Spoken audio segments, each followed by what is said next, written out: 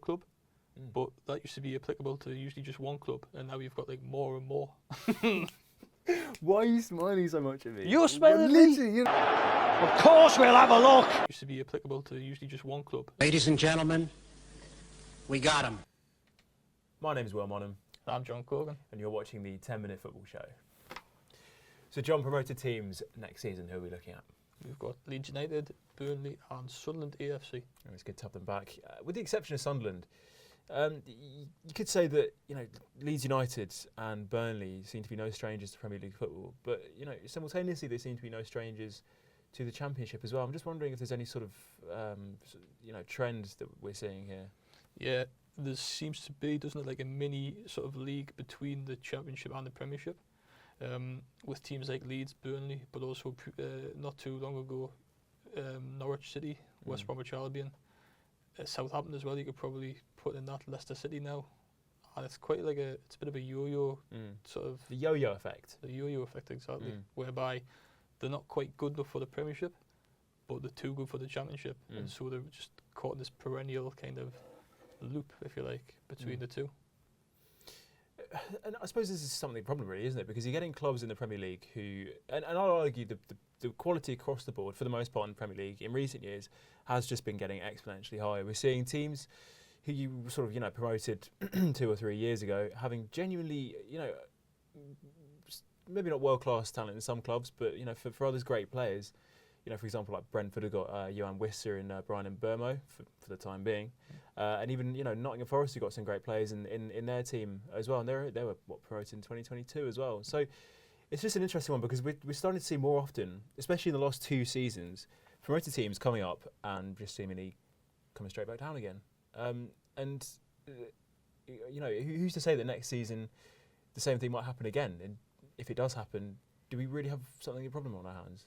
As a neutral, it just becomes so boring watching the same teams come up and go down. Yeah, and you look at some teams in there, like Sunderland, a real Premier League heritage club. Leeds, they used to play good football when they had Bielsa, and a real sort of staple English club, and the same can be said for Burnley. So it would be nice to see them. To see them stay up, but seeing the kind of the minnows of the Championship getting promoted in recent seasons, so when Luton got promoted, there's a real chance they might have stayed up, and they managed to acquire some real talent. I remember Luton signed Ross Barkley, for example, at that point. He obviously now plays for Aston Villa still, does he? And and even Ipswich with Rory Delap, we're showing some good signs of football, but sometimes. Perhaps it's the issue that maybe Steve McLaren had when he was at Newcastle, for example. Not playing the worst football in the world, but sometimes you just need the football which is going to get you over the line. But it's getting hard to do that in today's day and age in the Premier League, where the football is becoming of such high quality. I mean, correct me if I'm wrong. Yeah, and I think yes, I'm a Newcastle fan, but as a just general football fan, I find myself each season when it comes to the Championship playoff, I'm almost hoping that you get an anomaly team like a Millwall, like a Blackburn Rovers, or a Bristol City. Or Sunderland. Well, they're up now eventually, but you kind of, I find myself wanting these teams that never really make it over that line, because like we've kind of touched upon, I just fear that going forward, this cycle it needs to break. Yeah. I think it's the issue, correct me if I'm wrong, it's the issue with parachute payments, I guess. Sure. And that these teams that keep going up and they just keep collecting the same sort of pool of money, it feels like, and then that creates like a gulfing class between those top 3 sort of Championship sides and what you've kind of termed as you've heard termed as the Big 17. Sure. Well, so do you think perhaps this Big 17 might spread actually into the Championship in that case? So we might have like a sort of how do you say it? Like a ruling class, if you will, in the Championship of these teams that, as they keep bouncing up and down, as they keep sort of yo-yoing up and down, they're developing these funds, and as a result, developing as clubs and getting sort of better players in there. I think that's kind of what we're seeing already, isn't it? In the Premiership, we've got like the Big 6 and the other 14. I think we're looking at a similar phenomenon in the Championship. Yeah, and it's bringing it back to the Premier League. We're at a point now, more so than ever, I'd argue, where obviously you have your anomalies for the past few seasons. It's been sort of City for the most part, and Liverpool sort of, at times as well, where they just seem to be able to beat anyone. But other than that, any team seems like they can beat anyone, really, especially with a club, clubs at the top, like Arsenal, your Chelsea's, Cities for this season. Every team is now vulnerable, which is obviously great to watch, but then at the same time it isn't so great for your Blackburns, your Millwalls. I was pleased to see Sunderland come up at the expense of Sheffield United, who are another of these teams that just kind of bounce between the two leagues, and they don't really offer much of any sort of resistance when they're in the Premier League, because they just lack that quality, and so they go down. But then the cycle repeats and repeats. Yeah, and because oftentimes when that cycle does repeat, you do just land yourself in some nasty situations. I mean, Sheffield, for example, had just quite an embarrassing run of form in the Premier League, coming up and down, sort of sacking Chris Wilder, bringing Chris Wilder back on. And it's just not, you'd rather sort of more stable teams are able to sort of come up and actually try and sort of prove themselves without having like the vast financial resources of a lot of Premier League clubs. I mean, it's the sort of it's a bit of a pipe dream in today's day and age, but it's something that you can hope for, and maybe perhaps in these newly promoted sides.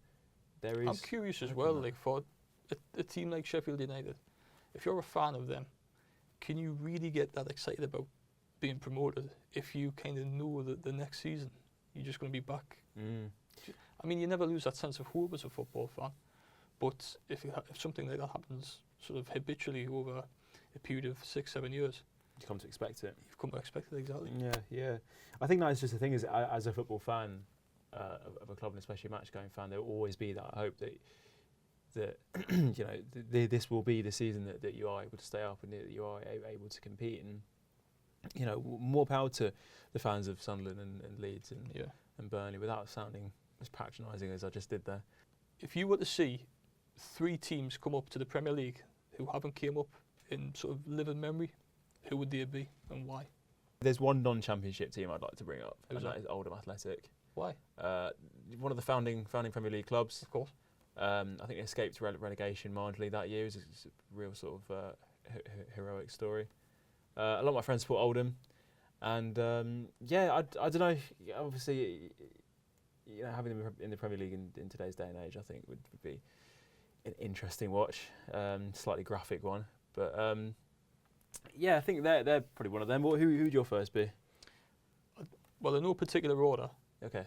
The 3 that I would you go list through, would fine. be Millwall, because I just think That was going to be one of mine as well, actually. Yeah. they are like the biggest sort of small club in the world. I think they're just The Den. the Den and all that brings with it, and I think their fans would be entertaining for a season or 2. I think we haven't saw Sheffield Wednesday. Rivalry with West Ham as well. I mean, that would be something, wouldn't it? Of course. The other team would be Sheffield Wednesday. Nice. And that's purely because when I was a kid, they were like Premier League mainstays. And I don't think they've been up to the Premiership since the year 2000. Really? Yeah. And I think lastly, I would go with one of Bristol City or Bristol Rovers. Okay. Because Bristol is such a huge city to not have a top flight team. I think Bristol City used to be in the old First Division back in the 80s. Bristol Rovers have never quite got to that level. So I think for a city like Bristol, to have a top flight football club it would just be something new, wouldn't it? Something fresh.